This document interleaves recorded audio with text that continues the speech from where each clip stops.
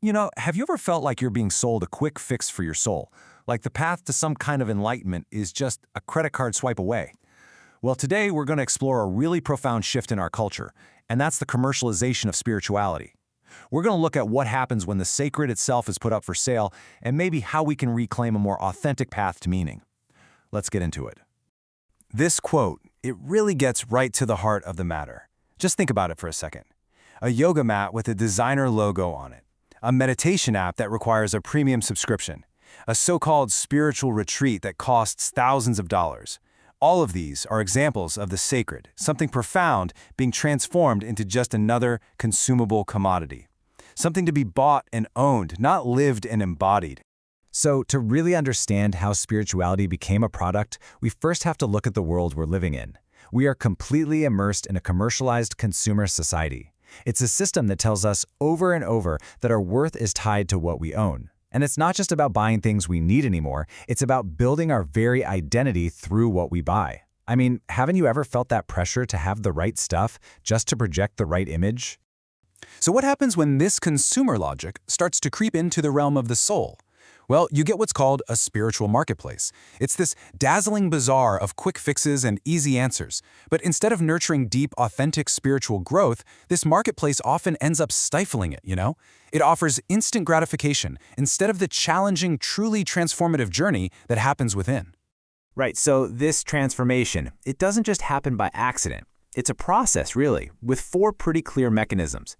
We're going to see how ancient practices get watered down into products, how a new kind of consumer spirituality pops up, how true spiritual teachers get pushed aside, and how this really dangerous pattern of spiritual bypassing takes hold. So let's break each of those down. So first up is commodification. Think about yoga or meditation. These are ancient, profound practices, and they're rooted in discipline and ethical living. But in this spiritual marketplace, they often get stripped of all that depth, and they're just repackaged as trendy lifestyle products. Beer yoga, anyone? The sacred gets diluted into a commodity. But you have to ask, at what cost? This slide just captures it perfectly with this term, McMindfulness. It's brilliant. It's mindfulness served up like fast food. It's quick, it's easy, it's convenient. But just like fast food, it's often stripped of its essential nutrients. And in this case, the missing ingredients are those ethical foundations, the call to social action that gives mindfulness its real transformative power. Next, we see the rise of what's called consumer spirituality. Now, this is where the script really gets flipped. See, instead of seeking to dissolve the ego and serve others, this new brand of spirituality actually uses spiritual language to justify selfishness. It becomes all about manifesting personal wealth, about radical individualism. It becomes, as one source so aptly puts it, an ego-soothing drug. Have you ever bumped into this in your own search for meaning? And this brings us to a really key shift in spiritual leadership. In a consumer-driven market, what sells? Well, quick fixes and feel-good messages, right? So the spiritual marketplace elevates these charismatic influencers who offer easy answers. But then, what happens to the authentic teachers, the ones who challenge us, who demand that we do the hard work of self-transformation? They often get pushed to the margins because it seems that real wisdom, well, it's just less profitable than a quick dose of inspiration. And finally, we get to a particularly sneaky aspect of all this, spiritual bypassing. This is when spiritual ideas are used almost like a smokescreen to avoid dealing with real-world problems. For instance, someone might just say, "Oh, it's all love and light," to avoid having a really difficult conversation. So instead of being a tool for genuine change, spirituality becomes a tool for avoidance. The answer isn't to do the hard work of healing, it's to just think positive and, of course, buy the right products. So after looking at these 4 mechanisms, you can start to see how they all add up to this profound distortion of the self. The whole focus shifts from the inner journey of self-mastery to the outer performance of self-marketing. This table, it just lays out the shift in such stark terms.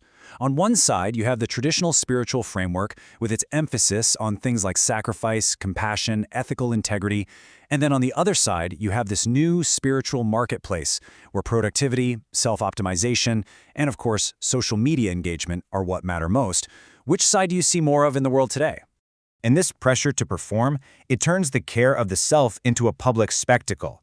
It stops being about genuine, private well-being. Instead, it's about projecting a carefully curated image of wellness for an audience. Have you ever felt that pressure to perform your self-care routine for Instagram? The goal shifts from inner peace to external validation, one like at a time. And this all leads to what some scholars call brand subjectivity. It's this idea that we've all become personal brands, constantly curating and managing our online image. Our identity becomes a product to be sold, and our social media following becomes our currency. But what happens to our authentic selves when we're so focused on selling an image? Oh, this quote. This one hits home for a lot of us, I think. It is so easy to get caught up in the performance of spirituality, to mistake scrolling through inspiring posts for actually doing the work. But it's a dangerous illusion. This constant need for validation from the outside can distract us from the real work, developing inner strength, inner discipline. So the next time you find yourself scrolling, maybe just ask yourself, am I consuming or am I practicing?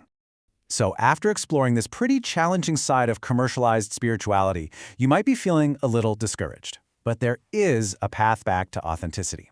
It just requires a conscious and very deliberate resistance to the seductive logic of the marketplace.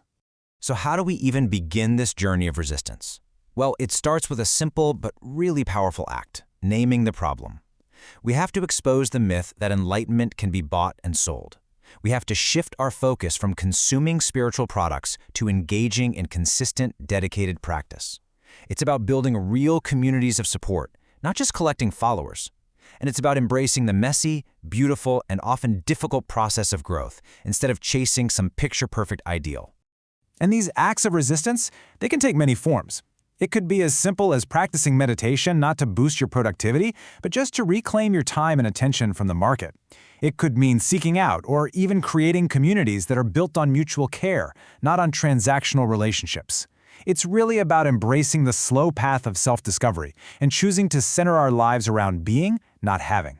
So what's one small act of resistance you could commit to this week? This quote is a chilling reminder of what is truly at stake here. The ultimate danger of commercialized spirituality is that it doesn't actually liberate us from the system. It just makes us more compliant cogs within it. It soothes our anxieties just enough to keep us shopping, to keep us scrolling. But true spirituality, that should be a force for liberation, not a tool for conformity. And so we leave you with this question. And it's a question that each one of us really has to answer for ourselves. In a world that is constantly trying to sell us a quick fix for our souls, how do we find what truly matters? The answer, perhaps, lies not in what we can buy, but in what we can cultivate within ourselves. Compassion, connection, and a deep, unwavering commitment to our own authentic path. The choice is ours. Thank you for tuning in.